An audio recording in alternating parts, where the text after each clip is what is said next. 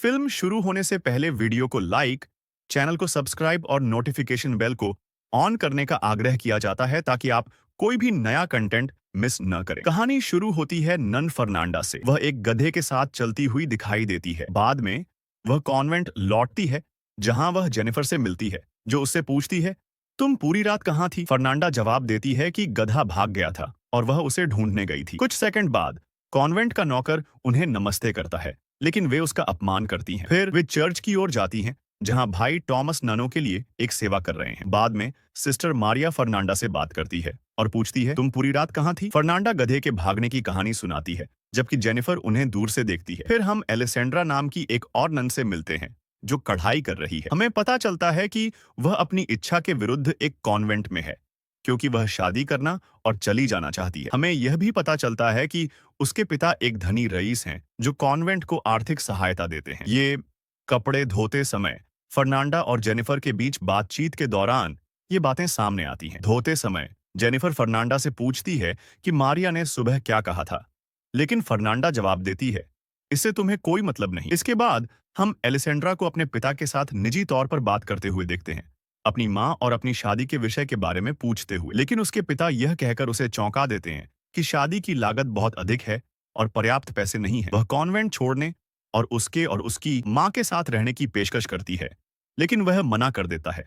उसके बाद एलिसेंड्रा बाहर फर्नांडा और जेनिफर से जुड़ जाती है। बातचीत करते समय वे नौकर को उन्हें घूरते हुए देखती हैं, जिससे वे क्रोधित हो जाती हैं। इसलिए वे फिर से उसका अपमान करती हैं। उसी समय भाई टॉमस मारिया से मिलने जाते हैं, जिसने बाजार में बेचने और पैसे वापस लाने के लिए उनके लिए कुछ कपड़ा तैयार किया है। टॉमस विदा लेता है और मारिया को अलविदा कहता है, फिर अपनी गाड़ी लेकर चला जाता है। जाने से पहले वह कॉन्वेंट के नौकर से मिलता है, जो इस्तीफा दे देता है क्योंकि ननें उसका दुर्व्यवहार करती हैं और उसका अपमान करती हैं। टॉमस उसे रुकने के लिए मनाने की कोशिश करता है, लेकिन नौकर दृढ़ है और चला जाता है। फिर हम राजा के महल में जाते हैं। वह अपनी पत्नी के साथ दोपहर का भोजन कर रहा है और उससे युद्ध के बारे में बात कर रहा है, लेकिन उसकी पत्नी स्पष्ट रूप से विचलित है।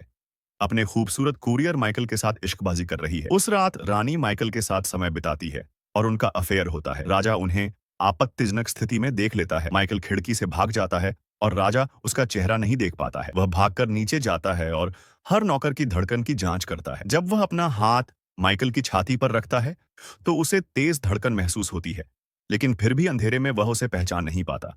इसलिए वह सुबह उसे पहचानने के लिए उसके बालों का एक गुच्छा काट लेता है। हालांकि माइकल हर नौकर के सिर से एक गुच्छा काटकर उसे मात दे देता है, जिससे राजा के लिए उसे पहचानना असंभव हो जाता है। सुबह राजा नौकरों से पूछताछ करता है, लेकिन यह पता लगाने में विफल रहता है कि उसकी पत्नी के साथ कौन था।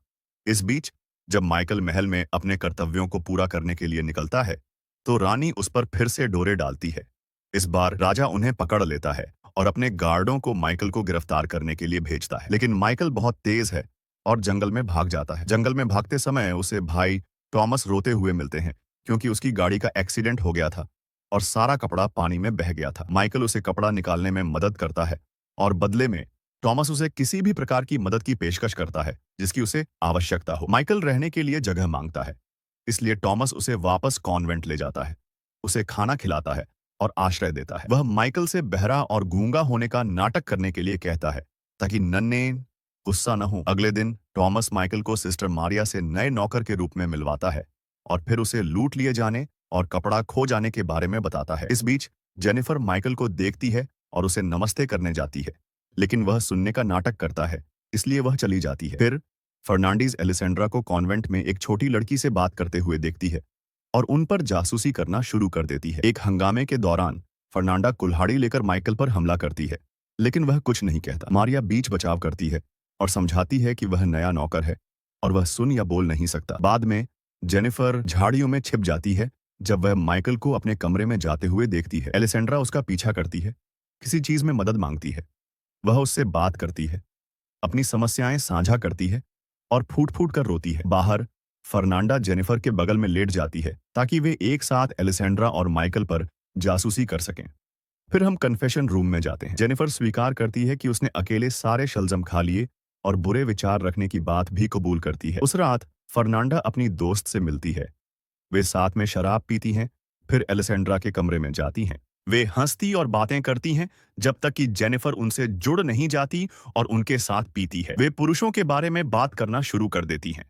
फिर फर्नांडा जेनिफर को अपने कमरे में ले जाती है और वे अंतरंग संबंध बनाती हैं। अगले दिन एलिसेंड्रा बगीचे में माइकल के पास जाती है और उसे बहकाती है और उनके बीच अंतरंग संबंध बन जाते हैं। फिर हम फर्नांडा और जेनिफर को कपड़े धोते हुए देखते हैं और जेनिफर उसे पिछली रात के बारे में बताती है, लेकिन फर्नांडा उदास महसूस करते हुए कहती है, जो हुआ उसे भूल जाओ, हम पी रहे थे। फिर एलिसेंड्रा अपने कपड़े धोने के लिए आती है और जब फर्नांडा उससे पूछती है, तुम्हारे कपड़ों पर यह क्या है, तो वह जवाब देती है कि वह माइकल को जमीन में खोदने में मदद कर रही थी। उसके बाद फर्नांडा अपनी दोस्त के साथ जंगल में जाती है। उसी समय जेनिफर उसे ढूंढने जाती है और छिपकर जंगल में उसे देखती है। फर्नांडा और उसकी दोस्त अजीबोगरीब रस्में कर रही हैं, जो कथित तौर पर उन्हें पुरुषों को आकर्षित करने की एक मजबूत शक्ति देती है। फिर वे माइकल के कमरे में जाती हैं और बंदूक की नोक पर उसे संबंध बनाने के लिए मजबूर करने की कोशिश करती है। इस बीच जेनिफर उस गुप्त मिश्रण की जांच करती है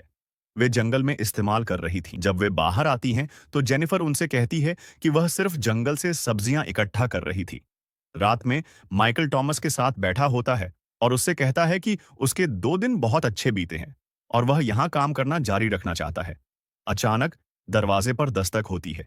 यह मारिया है, इसलिए माइकल छिप जाता है। अगले दिन एक आगंतुक आता है और हम माइकल को एलिसेंड्रा के साथ रहने के बाद उसकी खिड़की से कूदते हुए देखते हैं। एक बूढ़ी महिला अंदर आती है, लेकिन सौभाग्य से उन्हें नहीं देखती। फिर हम एक टॉमस और मारिया के बीच बैठक, जिसमें एलिसेंड्रा बाधा डालती है, जो फर्नांड के अजीब व्यवहार के बारे में बात करना चाहती है, लेकिन मारिया उसे बाहर निकाल देती है। उसके बाद हम जेनिफर को अपना खुद का काढ़ा बनाते हुए देखते हैं, लेकिन वह गलती से खुद को काट लेती है और बहुत खून बहता है। फिर हम एलिसेंड्रा के पास जाते हैं, जो माइकल से मिलने जाती है ताकि पता चल सके कि क्या हो रहा है। लेकिन इससे पहले कि कुछ हो, जेनिफर अंदर आ जाती है और एलिसेंड्रा छिप जाती है। जेनिफर माइकल से बात करना शुरू कर देती है, अभी भी यह मानते हुए कि वह सुन नहीं सकता, और उसे अपने रहस्य बताती है। वह कबूल करती है कि वह यहूदी है और उसे पुरुषों की बजाय लड़कियां पसंद हैं। फिर वह उसके कुछ बाल लेती है और एलिसेंड्रा के साथ छिप जाती है जब उसे फर्नांडा के आने की आवाज सुनाई देती है। फर्नांडा अंदर आती है, माइकल का अपहरण कर लेती है